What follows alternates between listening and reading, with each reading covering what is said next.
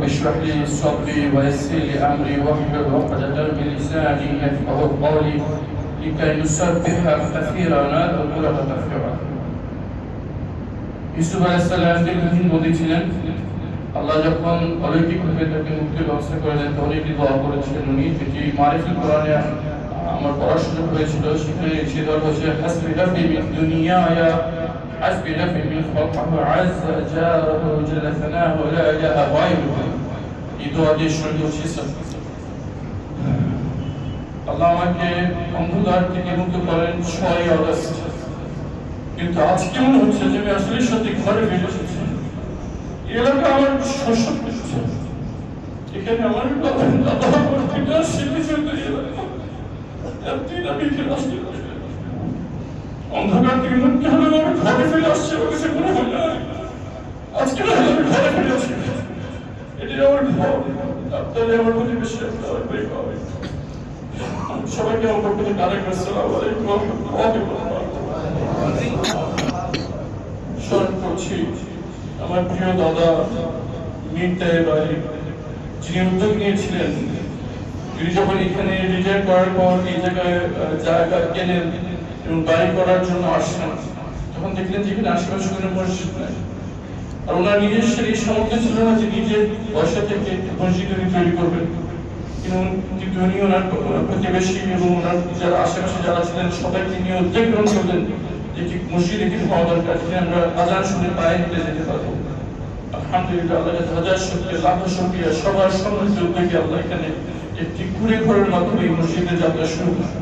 এই মসজিদের মধ্যে দাঁড়িয়ে আছে যে প্রথম যে অংশটুকু সেটি দান করার জন্য উনি দান করলেন, কিন্তু কুড়ে ঘর ছাড়া আর কিছু ঘর করার কোনো সমর্থ তৎকালীন এলাকাবাসীর কাছে ছিল না। আমার পিতা শহীদ মীর কাসেম আলী সেই মুহূর্তে সৌদি আরবের কি দাতা সংস্থা রবে তার ইসলামিতে কর্মরত ছিলেন। উনি তখন বাংলাদেশ অবস্থানরত সৌদি রাষ্ট্রদূতকে আহ্বান করলেন যে আমাদের এলাকায় মসজিদ নাই, যদি কোনো একটা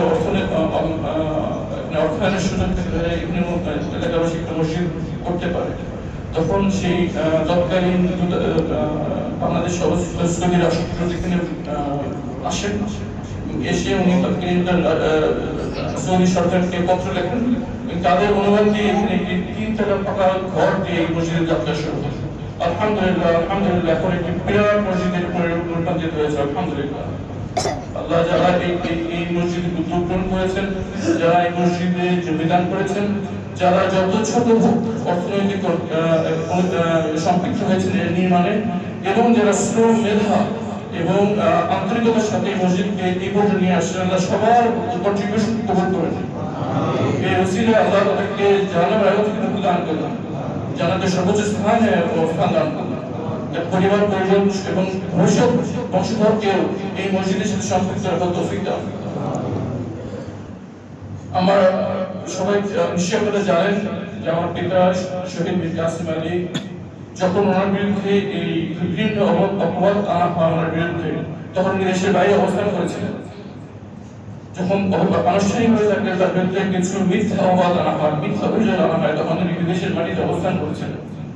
ওনার শুভাকাঙ্ক্ষী আত্মীয় স্বজন সবাই বললেন যে কাসেম ভাই আপনি দেশে আসবেন না, এই ফ্যাসিস্ট সরকার, এই জালিম সরকার সত্যকে দেখবে না, তাদের টার্গেট হচ্ছে ইসলাম এবং ইসলামের প্রচার যারা করছে, এবং আপনি যে ইসলামের কাজ করছেন এটাই তাদের চক্ষু শুরু হয়ে গেছে, আপনি দয়া করে ফেরত আসবেন। আমার মনে আছে এখনো, তখন স্কাইপের যুগ ছিল, ফোনে কথা বলতে অনেক ভয় পেতাম। স্কাইপে আমার পিতাকে আমি ফোন দিলাম, আমি বললাম যে আমাদের পরিবারের সবাই বলছে ফিরে এসো, তুমি আসতে তারা ফাঁসি মেরে ফেলবে, তুমি এসো। আর পিতার উত্তর যে দিয়েছিল সেটা আমার কানে এখনো লাগছে। উনি বলছেন দেখো বাবা, 3টা কারণ যেটা আমার আস্থা। প্রথম বলছে যদি আমি না আসি তাহলে সবাই মনে করবে আমি দোষ, সবাই মনে করবে আমার নামে যে অভিযোগ জানা হয়েছে সেটা সত্যি, এবং এই সত্য থেকে আমি পালিয়ে বেরোচ্ছি। এটা হতে পারে না, এটা হতে দিতে পারে না। বিশেষ করে ৭১ পরবর্তীতে বাংলাদেশে যারা জন্মগ্রহণ করেছেন তারা মনে করবে যে আমি দোষী, তারা দেখা তোলে দেখেনি চোখে। এটা হতে দিতে পারি না। এই মিথ্যা অপবাদ মাথায় নিয়ে আমি মরতে পারবো না, আসতে হবে। দ্বিতীয়ত হচ্ছে তারা মনে করবে যে আমি ভয় পেয়েছি, তারা মনে করবে আমি ফ্যাসিস্টকে ভয় করি, তারা মনে করবে আমি জালিমকে ভয় করি, তারা মনে করবে আমি মৃত্যুকে ভয় করি। আমি আপনাকে হাসিতে হাসিতে বলতে ওই সময় বলা শোনা আমার পিতা আমি পিতার মুখে হাত বলেছে আল্লাহকে হাত দিলে জানি এবং ছেলে খোদা আল্লাহ ছাড়া কাউকে ভয় করি না, মৃত্যুকে ভয় করি না, ভয় করি আল্লাহ অসন্তুষ্টি, ভয় করি আমার কারণে এমন কোনো মিথ্যা অপবাদ আমার পরিবার ইসলামী আন্দোলনের প্রতি আসবে, যার কারণে হয়তো যারা এখন ইসলামী আন্দোলনের সম্পৃক্ত হয় নাই তারা হয়তো বিভ্রান্ত হয়ে যাবে। সুতরাং আমি এই ভয় করি না আল্লাহ ছাড়া কাউকে, এটা দেখানোর জন্য আমাকে আসতে হবে, নাহলে মানুষ বিভ্রান্ত হবে। আর দ্বিতীয়ত হচ্ছে আল্লাহ তৌফিক দিয়েছিলেন, আল্লাহ আমাকে অকবার করুণায় এমন কিছু প্রতিষ্ঠান রেখে যাওয়ার তৌফিক আমাকে দিয়েছেন যেগুলো একমাত্র আল্লাহর সন্তুষ্টির জন্য কাজ করছে। আলহামদুলিল্লাহ বরকত আল্লাহ দিয়েছেন, এগুলো অনেক অনেক বড় হয়েছে। তারা যদি আমাকে না পায় এসব দিনই প্রতিষ্ঠানের উপর তারা তাদের লোভ দৃষ্টি দিবে, দখল করে নেবে, লুটপাট করে নেবে, আমি তার কারণ। সুতরাং আমি নির্দোষ, এটা প্রমাণ করার জন্য আমাকে আসতে হবে। আমি আল্লাহ ছাড়াকে ভয় করি না, এটা দেখানোর জন্য আমাকে আসতে হবে। এবং যেসব আল্লাহর পথে প্রতিষ্ঠান আল্লাহ আমাকে কবুল করেছেন সেগুলোকে রক্ষা করার জন্য আমাকে আসতে হবে। তবে আমি আসছি, এবং উনি বলে চলে আসছেন। আপনারা সবাই জানেন আসার কয়েক বছর পরে অনেক গ্রেফতার করা হয় এবং মিথ্যা সাজানো মামলায় তার বিচার শুরু হয়। আমি একজন আইনজীবী হিসেবে সেই মামলার সাক্ষী। আমি আল্লাহ হাজির নাজির জেনে পরিবার সদস্য হিসেবে আল্লাহর ঘরে করে বুকে হাত দিয়ে বলছি, ৭১ আমার জন্ম হয়নি, ৭১ আমি কিছু দেখি নাই, ৭১ সম্পর্কে জানিয়েছিল হচ্ছে বই পড়েছিল, মানুষের মুখে শুনেছি, কিন্তু ওই আদালতে কি হয়েছে তা আমি নিজের চোখে দেখেছি। আদালত কি সাক্ষ্য প্রমাণ দিয়েছেন তা আমি সেটা উপস্থিত ছিলাম। আমি হাত দিয়ে আল্লাহর হাজিরা জেনে বলছি, তারা যে অভিযোগ দিয়েছেন তাতে স্পষ্ট করে একদিনের জেল দেওয়ার সুযোগ সেখানে ছিল না। সম্পূর্ণ মিথ্যা ভাবে রাজনৈতিক উদ্দেশ্য প্রণীত হয়ে ওনাকে তারা ফাঁসি দিয়েছেন, দোষী সাব্যস্ত করেছেন। আলটিমেটলি রীতিমতো গায়ের জোরে সকল রকমের আইনি প্রক্রিয়াকে উপেক্ষা করে এবং দেশীয় আন্তর্জাতিক আবেদন উপেক্ষা করে গায়ের জোরে তাদের ফাঁসি দিয়েছে। আমি মামলায় জমিয়ে আইনজীবী ছিলাম। আপনারা সবাই জানেন ফ্যাসিস্ট সরকারের আমলে মত প্রকাশের কোনো স্বাধীনতা ছিল না। তখন একমাত্র মত প্রকাশের জায়গা ছিল সামাজিক যোগাযোগ মাধ্যম। আমি একজন নিয়োজিত আইনজীবী হিসেবে প্রত্যেক মামলার আমার পিতার মামলার শুনানি শেষে আমি আমাদের যে ফেসবুক, ব্লগ, টুইটার লিখতাম যে কি হয়েছে, কিভাবে আইনের বিধান লঙ্ঘন করা হচ্ছে, কিভাবে গায়ের জোরের সাক্ষীদেরকে আটকে রাখা হচ্ছে, কিভাবে আসামির পক্ষে যে সাক্ষী দিতে যাচ্ছে তাদেরকে সাক্ষ্য দিতে বাধা দেওয়া হচ্ছে, কিভাবে আমাদের যে আইনি সংবিধান এবং আইন অনুযায়ী আমাদের একজন আসামিকে যেসব সুরক্ষা দেওয়া হচ্ছে সেগুলো অচল করা হচ্ছে।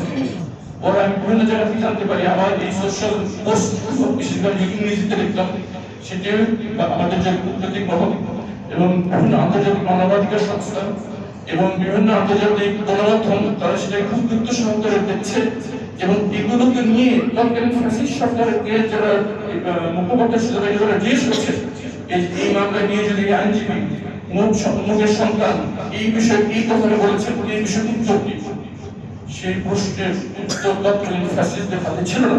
তারা অন্যায় করছে, তারা গায়ের জোরে তাদের ইচ্ছাকে বাস্তবায়ন করছিল, তারা গায়ের জোরে তাদের রাজনৈতিক উদ্দেশ্যকে বাস্তবায়ন করছিল, তারা তাদের রাজনৈতিক প্রতিরোধ হত্যা করার একটি প্রক্রিয়া করেছিল। আমাদের যে সমালোচনা ছিল সেটার উত্তর তারা দিতে পারেনি। সুতরাং তারা যখন দেখলো যে এমন কষ্ট হচ্ছে যেটা জাতীয় আন্তর্জাতিক ভাবে তারা যেটা বলতেছে সেটা দিচ্ছে না, বরং আন্তর্জাতিক মহল ধীরে ধীরে এই বিচার প্রক্রিয়ার প্রতি বিরোধ হয়ে যাচ্ছে, সমালোচনা করছে এবং ওপেনলি ঘোষণা করছে যে এটা রাষ্ট্রীয় আন্তর্জাতিক মানে হচ্ছে না, তখন যারা এই নিয়ে কথা বলে আমি যাদের মধ্যে একজন ছিলাম, আমি তাদের চুপ খুশকুর হয়ে যাই। যেদিন আমাকে অপহরণ করা হয় সেদিন ঘরে আসার সময় দেখলাম যে মাইক্রোবাস আমার পিছিয়ে ঘুরছে। আমি যখন ঘরে ঢুকলাম তখন কিছুক্ষণ পরে সাদা পোশাকে অস্ত্র ধরে কিছু লোক আমার ঘরে চলে আসলো। আমাকে বললো যে আপনাকে আমাদের সাথে যেতে হবে। আমি বললাম যে আমি তো আইনজীবী একজন, আমি যতটুকু আইন নিয়ে পড়াশোনা করার সুযোগ জানি যে আপনি গ্রেফতার করতে হলে আপনাকে বলতে হবে যে কেন গ্রেফতার করছেন, পরিচয় দিতে হবে, তার কারা অ্যারেস্ট ওয়ারেন্ট লাগবে, আপনাদের পোশাক নিয়ে আসতে হবে, আপনারা কারা। তারা আমাকে উত্তর দিলেন যে আমাদের সব কিছুই লাগবে না, আমাদের সাথে তখন আমি তাদের সাথে বিরোধনা করার চেষ্টা করছিলাম। পিছনে আমার মেয়েরা দাঁড়িয়েছিল, স্ত্রী সব দাঁড়িয়েছিল, আমার বোন দাঁড়িয়েছিল, তাদের সবার সামনে থেকে জোর করে টেনে হেঁচড়ে আমাকে নিয়ে যাওয়া শুরু করলো। আমার বড় মেয়ে তখন ছোট ছিল, 5 বছরের ছিল, বুঝতে পারিনি কি হচ্ছে। সে সবসময় জানে যে বাবা বের সঙ্গে জুতো পরে যাবে, না স্যান্ডেল পরে যাবে, জন্য আমাকে টেনে বের করে নিয়ে যাচ্ছে, তখন খালি করেছিল। আর মেয়েটা আমার স্যান্ডেল হাতে পেছাপেছি আসতেছিল, আমার খালি বের যাচ্ছে, খালি বের যাচ্ছে। আমার পরিবারের সামনে দেখে টেনে হেঁচড়ে আমাকে গাড়িতে উঠিয়ে তারা আমার প্রথমে হাত ধরা করে, কিছু বলি না, প্রথমে চোখ বাঁধা শুরু করে। তখন বাধা নেই যে আমি তো আপনারা তোমার গাড়িতে উঠে ফেলছি, এখন তো আমি আপনাদের সাথে কোনো রকম বাধা দিচ্ছি না, কেন আপনার চোখ পাচ্ছে। তারা বললো যে এটাই আমাদের নিয়ম। প্র্যাকটিস করি, বলবেন আইনের কোথায় বিধান আছে যে একজন বন্দীকে গ্রেফতার করার পর চোখ বাঁধতে হবে। তখন তাদের যে কমান্ডার ছিল সে বললো যে আপনার সাথে নিয়ে দেওয়া হলে বাধ্য করবেন না, এমন ভাবে ছেলে বলল।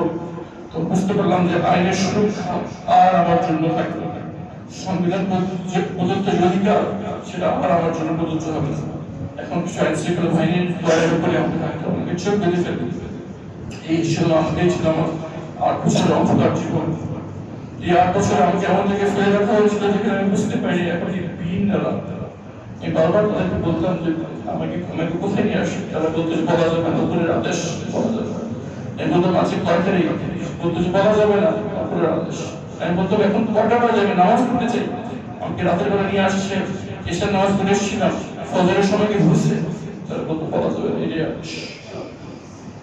কিন্তু 8 বছর আমি তাদের কাছে হাত জোর করে বারবার বলতাম যে বুঝতে পারলাম আমাকে আপনারা ছাড়বেন না, বুঝতে পারলাম আমার পরিবারকে আপনি জানতে দেবেন না আমি কি বেঁচে আছি না মারা গেছি। আমি বলতে বুঝতে পারলাম যে আর কিছু না হোক আমাকে এখানেই থাকতে হবে, অন্তত একটা ঘড়ি রাখবেন। কথাবার্তা মনে হচ্ছে আপনি বাংলাদেশি, আমি বাংলাদেশি, কথাবার্তা মনে হচ্ছে আপনিও মুসলমান, আমি মুসলমান। এটি ঘড়িকে আমি পেতে পারি না, যাতে কষ্ট হবে নামাজ পড়তে হয়। আমি বুঝতে পারি এখন বিশ্ব জোশে না সূর্যোদয় হচ্ছে, তার যে উপরের আদেশ এটা দাও নিষেধ। এই 8 বছর আমার কাছে মনে হতে যে আমি জীবন্ত কবর দিয়ে দেওয়া হয়েছে। বেশি ঘরে যেখানে জানালা ছিল না সেখানে অবস্থা চোখ থেকে হাত করা পড়ে। রাত 12টার সময় হাত করার সামনে যে খুলে হাত পেছন দিকে দিয়ে দিল।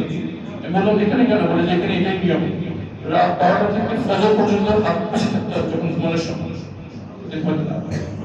এভাবেই তারা রাখতো সবাই আমার কাছে। আমি বারবার বলতাম যে আমার অভিযোগ কি, কেন তারা আমাকে নিয়ে এসেছে, কোন অভিযোগ আমাকে আনানো হয়েছে।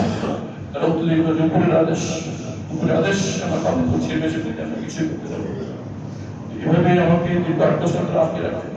সবচেয়ে কঠিন বিষয় যেটা বারবার তাদের অত্যধিক করতেন, দেখেন আমি আমার আব্বার মামলায় নিয়ে যেতে আইনজীবী, আমি মামলার একদম শেষ পর্যায়ে এখন। এরপর যতটুকু বুঝছি এই ফ্যাসিস্ট সরকার তো নিশ্চয়ই অনেকে ছাড় দিল না, যাদের বাস্তবায়ন তাদের রাজনৈতিক উদ্দেশ্য সেটাই তারা বাস্তবায়ন করবে।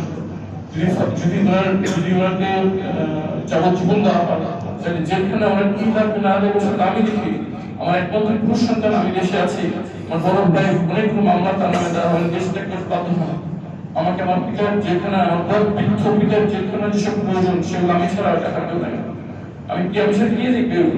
আমি বলতাম যে যদি আমার উপরে যদি ফাঁসির আদেশ দেওয়া হয়, আমাকে যদি ফাঁসি দেওয়া হয় কোথায় দাফন করা হচ্ছে, কে ওনার লাশ গ্রহণ করবো, কে জানাজা করাবো, কোথায় দাফন হলো, এটা যদি একটু সন্তান হিসেবে জানতে পারি না। আসলে একটাই বলা যাবে না, আদেশ আদেশ কিছু বলা যাবে না। দেখবো 8 বছরের ভিতরে 3 বছর পর্যন্ত বুঝতে পারি নাই আমার পিতা, আমার বড় পিতা যাকে যার মামলা আমি লড়ছিলাম, যিনি সত্যের জন্য জীবন ঝুঁকি নিয়ে দেশে এসেছেন, জীবিত আছেন না মারা গেছেন। আমার 3 বছরের মধ্যে আমি অসুস্থ করেছিলাম। তৎকালীন যে ডাক্তার যে ছিল সে আমার ঘরে আসলে আমার চিকিৎসা করছিল, তখন আমার কাঁধে হাত দিয়ে সে বললো যে আপনি সত্য কথা হবে, আপনার মা এখনো বেঁচে আছে। তখন প্রথমবার আমি একটু ইনডাইরেক্টলি বুঝতে পারতাম যে পিতা আপনি। পরে আমি যখন বের হই তখন আমি জানতে পারি যে আমাকে গুম করার মাত্র 23 দিন পর ওনাকে সম্পূর্ণ অন্যায়ভাবে জোরপূর্বক ওনাকে হত্যা করা হয়েছে। সবচেয়ে দুঃখের বিষয় যেটা কোথাও আসে না, সেটা হচ্ছে ওনাকে ভালো মতো জানাজাও করতে দেওয়া হয় না। ওনাকে মানিকগঞ্জ যেখানে দাফন করা হয় সেখানে কয়েক হাজার পুলিশ আইন শৃঙ্খলা বাহিনী মোতায়েন করা হয়েছিল, যারা সবাই খুব ভারী অস্ত্রশস্ত্র নিয়েছিল। সেখানে এলাকাবাসী কিন্তু জানাজা আসতে দেয়ই নাই। আমাদের পরিবার সদস্যদের সংখ্যা নির্ধারণ করে দিয়েছিল যে এতজনের বেশি আসতে পারবে, মাত্র 3টে গাড়ি বেশি যেতে পারবে না। এবং সেই দাফন স্থানের কয়েক মাইল আগে থেকে বিভিন্ন জায়গায় নিরাপত্তা অস্ত্রশস্ত্র সর্বোচ্চ অবস্থান করেছিল। প্রথমে তাদেরকে গাড়ি আটকে দেওয়া হয়, আমাদের সেই যারা যাচ্ছিল তখন জানাজা অ্যাটেন্ড করার জন্য বৃদ্ধ লোক ছিল, আমার মা ছিল যারা হাঁটতে পারে না, তারা রোগী, তাদেরকে বলা হচ্ছে গাড়ি দিতে যাবে না। তাদের সেই গ্রামের মেঠো রাস্তা ভিজা কাদা বৃষ্টি হচ্ছিল, এর মধ্যে তারা পায়ে হেঁটে যখন কাফনের কাছাকাছি অবস্থা যায়, তখন এক মহিলা ইউএনও এসে বললো যে কোনো রকম ফোন টোন নেওয়া যাবে না, সকল ফোন সবার কাছে কেড়ে নেওয়া হবে এবং কাফনের স্থানের মাত্র হাতে করে মানুষের কাউকে কাছে ঘেঁষে দেওয়া হয়নি। আশেপাশে প্রায় 3 গ্রাম police, BDR, arm police battalion, RAB নিয়ে ঘেরাও করে রাখা হয়েছিল। সব জায়গায় বিদ্যুৎ বিচ্ছিন্ন করে দেওয়া হয়েছিল। এমনকি কেউ যাতে দূর থেকে এইদিকে দূর থেকে দেখতে না পারে সেই জন্য তার পাশাপাশি লোকদেরকে দেওয়া হয়েছিল। আল্লাহকে অপার ইচ্ছে। এরপর আলহামদুলিল্লাহ জীবনের ঝুঁকি নিয়ে প্রায় কয়েক হাজার লোক সেই জানাজায় দূর থেকে অবস্থান করেছে, অবস্থান করে তারা অংশগ্রহণ করেছে। কিন্তু ওই মুহূর্তে যারা ওখানে অবস্থানশীল হয়েছিল তাদেরকে ওই স্বাভাবিকভাবে কিছুক্ষণ দাঁড়িয়ে দাফন করার সময় সঙ্গে থাকা আর তার জন্য দোয়া করা এবং পরিবার সদস্যরা মিলে দোয়া করার সুযোগ তাদেরকে দেওয়া হয় না। দাফন করার সাথে তাদেরকে জোর পুরস্কৃত সরে যাওয়া হয়। তারা বলে যে আমরা মহিলারা থাকি, সেখানে কি কোরআন খতম করি, একদিন এখানে কাটাই, সেটাও তাদেরকে থাকতে দেওয়া হয়নি, তাদেরকে জোর করে সেখান থেকে তাড়িয়ে দেওয়া হয়েছে। এবং আমি মৃত্যু হওয়ার পর এই দীর্ঘ 6 মাস পর আমি আপনারা জানেন যে আমি যখন বের হই, যেদিন তারা আমাকে বের করে আমি মেনে নিয়েছিলাম যে আমাকে এই অপরাধ হয়ে আমার মৃত্যু হবে বা স্বাভাবিকভাবে আমার মৃত্যু হবে না, তারা আমাকে বেড়ে ফেলবে। যদি কোনোভাবে এমন সিচুয়েশন তৈরি হয় যে তারা কোনো থাকতে পারছে না, তাহলে যদি একজন লোক তারা হত্যা করে সেটা হচ্ছে আমি মানুষের এই জন্য তৈরি ছিলাম। আমি যেখানে ছিলাম সেখানে দিন রাত বুঝতে পারতাম না। তারা যখন আমাকে বের করে হঠাৎ করে তাহার জন্য আমি করছিলাম অনুমান করে আমার সঙ্গে 10-12 জন আমার ঘরে ঢুকে যায়। তারা আমার চোখে তারা চোখ পাত ইউনিফর্মের কাপড় দিয়ে সেটা খুলে গামছা দিয়ে আমার চোখ পাত, গামছা দিয়ে আমার হাত পাত, তারপর তারা আমাকে বের করে গাড়িতে শোয়ালো ফ্লোরে। তারপর আমার দুজন বসে যাওয়া শুরু করলো। আমি মনে করলাম যে এটাই শেষ, এখন আমাকে হত্যা করার জন্য নিয়ে যাওয়া হয়েছে। আমি জানতাম যে মৃত্যুর মধ্যে আপনি সূরা ইয়াসিন করলে মৃত্যু সহজ হয়। আল্লাহ আমাকে সূরা ইয়াসিনকে আমার আত্মস্থ করার তৌফিক দিয়েছিলেন। আমি সূরা ইয়াসিন পড়ছিলাম যাতে মৃত্যুটা সহজ হয়। যখন আমাকে নামানো হয় তখন আমি অপেক্ষা করেছিলাম যে আপনি একটা ক্রিয়া অসুবিধা সব শেষ হয়ে যাবে। কিন্তু পরে দেখলাম যে অনেকক্ষণ আমি পড়ে আছি রাস্তায়, নামে দাঁড়িয়ে চলে যায়, কিন্তু কোনো ক্রিয়া আওয়াজ আসেনি। অনেক আস্তে আস্তে ধীরে ধীরে আমি চোখ খুলি, চোখ খোলার পর আমি দেখতে পারি যে দূরে একটা আলো দাঁড়িয়ে আছে, আলো দেখা যাচ্ছে অন্ধকার মাঠের মধ্যে। আমি আস্তে আস্তে আলোর দিকে এগিয়ে যাই, গিয়ে দেখতে পাই সাইনবোর্ডে লেখা দিয়া হয়। তখন পর্যন্ত আমি বুঝতে পারিনি যে দেশে বিপ্লব ঘটে গেছে। ছাত্ররা পুলিশ সামনে দাঁড়িয়ে হাজার হাজার ছাত্র জীবন দিয়ে ফ্যাসিস্টকে দেশটাই বাধ্য করেছে, দেশে বিপ্লব ঘটে গেছে। তখন সেটা বুঝতে পারিনি। আমি তখন আমার নিজের পরিচয়তে ভয় পাচ্ছিলাম। আল্লাহ আল্লাহ অপহরণ শেষ পর্যন্ত আমি এমন একটা হাসপাতালে পোস্টের আল্লাহ তৌফিক দেন যেটা আমার পিতার পড়তে প্রতিষ্ঠা করা, সেখানকার যারা তারা আমাকে চিনতে পারে, পরে আমার পরিবার সঙ্গে বিভিন্ন ব্যবস্থা করে। কিন্তু আমাকে যখন তারা ডাক্তারি পরীক্ষা করে তখন তারা দেখতে পারে যে আমার 2 চোখে ছানি পড়ে গিয়েছে। এটাকে থেকে বলা হয় যে নিউট্রিশন অ্যাটাক, মানে পুষ্টির অভাবে যে ছানি পড়ে যায় সেটা হয়েছিল। আমার 2 চোখেই ছানি পড়ে গিয়েছিল, আমি সব চোখ ধরা দেখছিলাম। সবচেয়ে আমার ছানি অপারেশন করা হয়, ছানি অপারেশন করার পর ইনফেকশনের খুব বড় সম্ভাবনা থাকে। এই জন্য আমাকে কোনো রকম সমাবেশ হয় এরকম জায়গায় যাওয়া এসেছি। এরপর আমার উন্নত চিকিৎসার জন্য দেশের বাইরে চলে যাই। এই জন্য দীর্ঘ 6 বছর আমি এখানে আসতে পারিনি। আমি আমার পিতার কবরে জিয়ারত করতে যেতে পারিনি। আমি গত 20 ফেব্রুয়ারি 20 তারিখে দেশে ফিরে আসি। প্রথমবার মতো আমার পিতার কবরে জিয়ারত করি এবং আলহামদুলিল্লাহ পরে গত শুক্রবার এই শুক্রবারে আপনাদের এখানে আসার তৌফিক দান করেছেন। আল্লাহ আমাকে এখানে বেড়ে ওঠার তৌফিক দান করেছেন। আমার কাছে এখানকার আমার কাছে সত্যি অর্থ মনে হচ্ছে আমি আজকে ঘরে ফেরত আসলাম।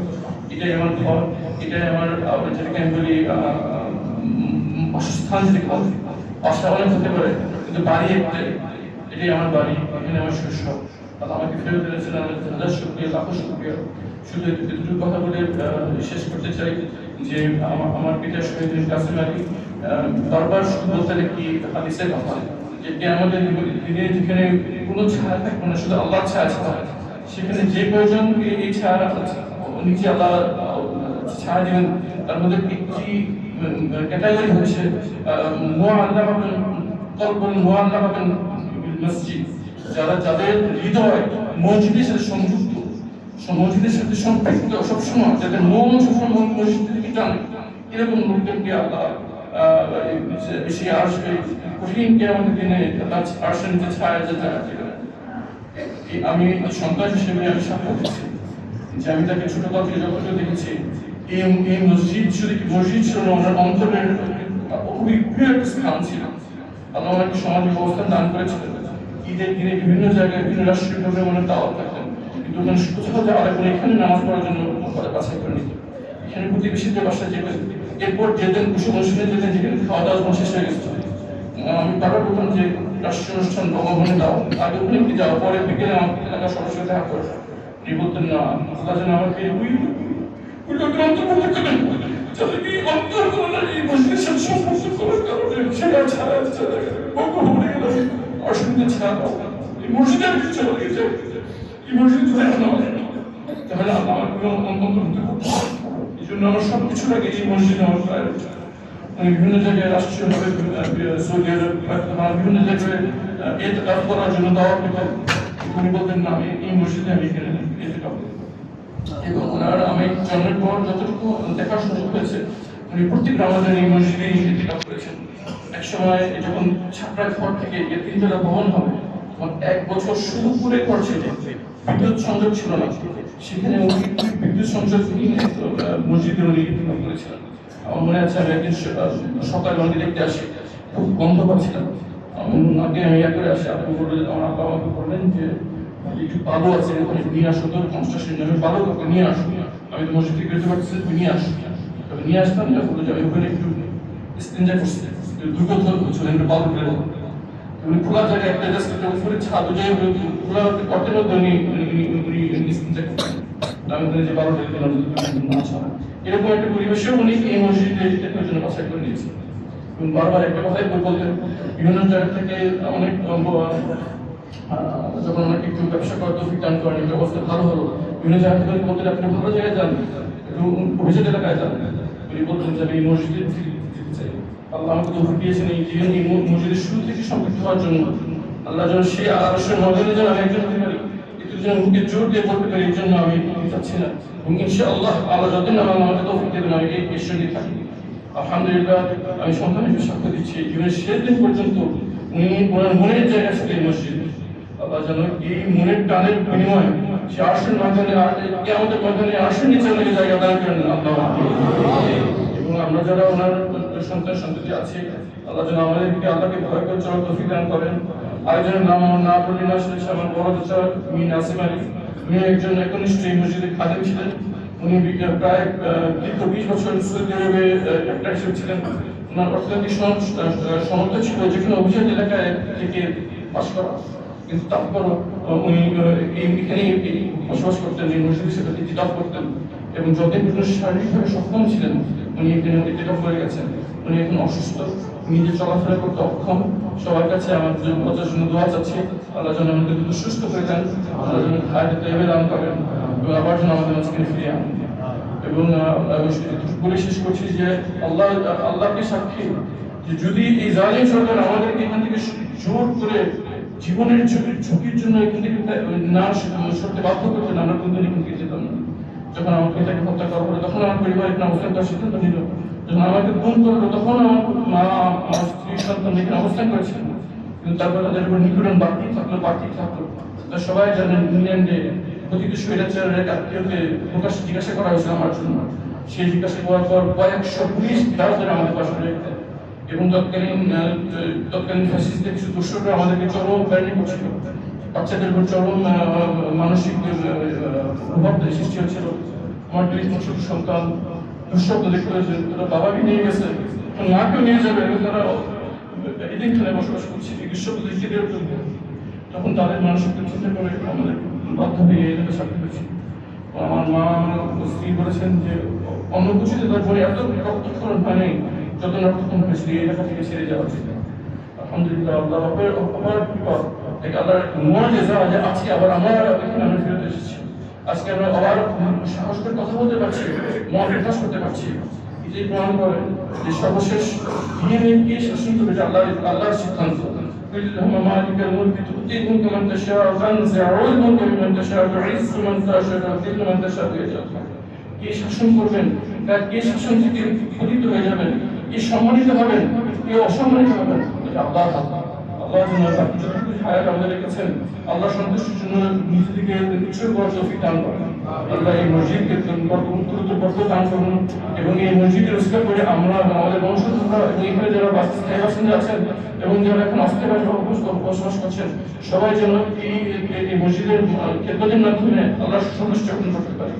এবং আখিরাতের ময়দানে আল্লাহ আমাদেরকে তাদের মধ্যে অংশগ্রহণ করে নিন, যাদেরকে আল্লাহ তার আশীর্বাদ সাহায্য দান করবেন, যাদের মন থাকবেন মসজিদের সাথে সম্পৃক্ত এবং মসজিদের জন্য আকৃষ্ট, এবং এর বিনিময়ে আল্লাহ আমাদেরকে দুনিয়াতে রহমত দান করবেন, আখিরাতে ক্ষমা করবেন। আখির দাওয়ানা আলহামদুলিল্লাহি রাব্বিল আলামিন। আসসালামু আলাইকুম ওয়া রাহমাতুল্লাহি ওয়া বারাকাতুহু।